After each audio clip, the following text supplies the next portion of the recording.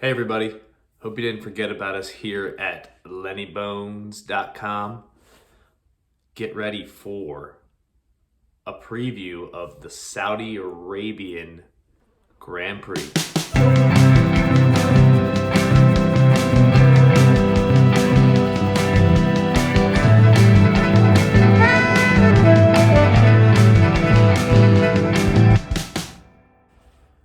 All right, behold the track for the Saudi Arabian Grand Prix. A little bit of a recap on the two races that have happened here the past 2 years. And actually, these are the only two races that have ever happened at this track. In 2021, we had Hamilton take pole position in qualifying, and he actually went on to win the race, but not without a battle from Max Verstappen.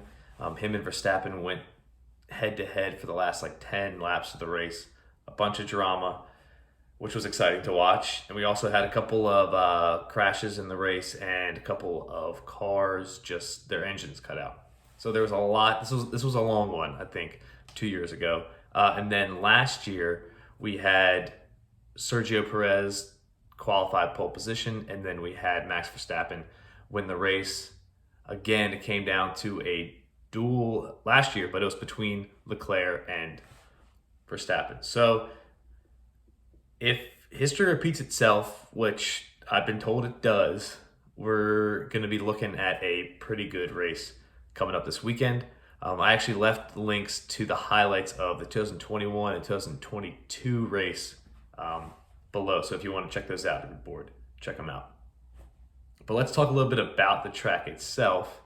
Here are the things that I've learned. I've learned that the surface is a lot smoother than the track was at Bahrain. So we should be looking at less tire degradation, which might make for a more exciting race, might make for a less exciting race. I don't really know, but less tire degradation, or DEG as they call it in the world of F1. And then I've also heard that as you can see, that the track has a lot of straightaways here, and I've heard that that's going to benefit a team like Ferrari, who has touted themselves as the team with the best straightaway top speed. So might be looking at a good day for Ferrari. All right, so let's talk about the drama. Let's start with our Italian friends over at Ferrari. So that was not good. That was not a good accent. But anyways, we'll roll. We had Ferrari last week finish fourth place for Carlos Sainz, and we had Leclerc not finish the race because of an engine failure. So that's obviously not what they want to see. We're coming off of a switch in team principal, and I've been following along on some of the drama. So the head of vehicle concept, that dude left, and now there's a lot of talk about one of their top main race director. He's talking about leaving as well. So we got a lot of turmoil within Ferrari. There was also talk that after the race, Leclerc called on the president of Ferrari to have a private meeting talking about who knows what he's talking about. But obviously the media's given it a lot of press. And here at lennybones.com, we're not putting too much stock into it because, with a change in management, some crazy things happen. But there is some drama there. Also, we have drama with our friends at Mercedes.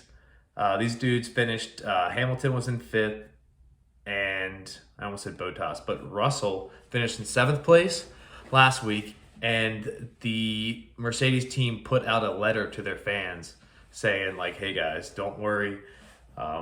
Everything's going to be all right. We're not going to freak out over a fifth and seventh place finish, but it's only been one race and you're already putting a letter out to the fans. I feel like that's a sign of you freaking out a little bit. So we got drama at two of our bigger teams this season already. So I don't know. It could be crazy. But I will say one thing for Ferrari. Last year in the Bahrain Grand Prix, both Red Bull's engine failures, they were out of the race, didn't finish, and they came back and they won. They won it all. So this could be a good sign for Ferrari. Who knows? So your question to me might be, who's the team to beat this week at the Saudi Arabian Grand Prix? And I'm going to say it's going to be Red Bull again because they are looking pretty badass. I would say do not count out Ferrari. Based on what I said earlier, it looks like this track maybe suits their car a little bit better than the last track. Aston Martin looks good. We'll see if that was a fluke or not. I think Mercedes will be up there, and everybody else will just be kind of hanging out at the back of the pack. That's what it's looking like. All right, here we go. Let's shift our focus now to why we're all here. Let's talk about the Send It 3 Fantasy League. Quick updates on standings. Top 5 right now. We have in first place, Race Highlights. In second place, Chuzzy Supreme. In third place, we got Better Call Gene, baby. Fourth place, we got Bones Racing LLC. Fifth place, we got 2 teams tied for 5th. We got No Mikey No and we got Stroll Toll Racing. So those are your guys' teams to beat right now. While we're there, let's take a look at our bottom 5 teams and see who needs to pick it up a little bit. So right now in 19th place, we got Magic Man, number 1, who was a big player last year. So I expect them to make a valiant comeback. In 20th, we have Turtle in the Hair. 21st, we have Team Gastown. In 22nd, we have my buddy Charles. Needs to pick it up. And in last place, we have El Dia, formerly known as El Diablo. Now that leads us into the Weekly Bones Challenge.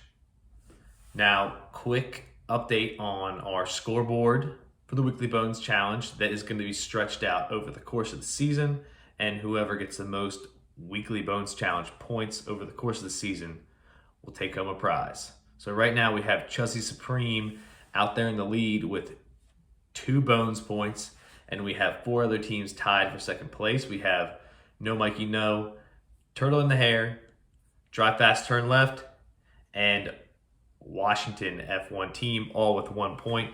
So they're hanging in there. Everybody else right now has 0, but it's anybody's game at this point. The leader only has 2 points. So that's a quick update on the standings. Now let's talk about what the questions are going to be this week. First one we have is, who will be the driver with the most pit stops? Do your research, don't do your research, whatever you want to do, check it out. Second question is going to be, which driver will move up the most positions over the course of the race on Sunday? So if someone starts in last and moves all the way up to first place, it doesn't get much better than that. And last but not least, which team will have the slowest pit stop? We had Ferrari last week with the fastest pit stop, but who is really going to blow it? Let's find out. So there you have it, people. There is a quick preview for the coming up race on Sunday. Looks like Red Bull's probably the team to beat. Ferrari will have a good chance, and we'll see if Aston Martin can keep it up. Mercedes seem like they are in some trouble, so they'll be probably hanging around that top tier, but not in the contention to win it. Other things to look for this week, I'm excited to see if our American friend Logan Sargent can get up there in the points. Finished 12th, I think, last week, so dancing around it. His teammate finished 10th, so I'll be rooting for our American buddy over there at Williams to get his first points of his career. Other than that, you guys hit up the Weekly Bones Challenge. I don't think we had everyone do it last week, which is totally fine. Don't have to do it. But it's just another chance for you to get that scratch. And remember that lineups for fantasy get locked in when qualifying starts on Saturday. And I'll send everybody a text or an email to remind you that that's coming up. So take a look at your team, see what you need to change, because some of you need some work. Others of you are doing very well. Over and out.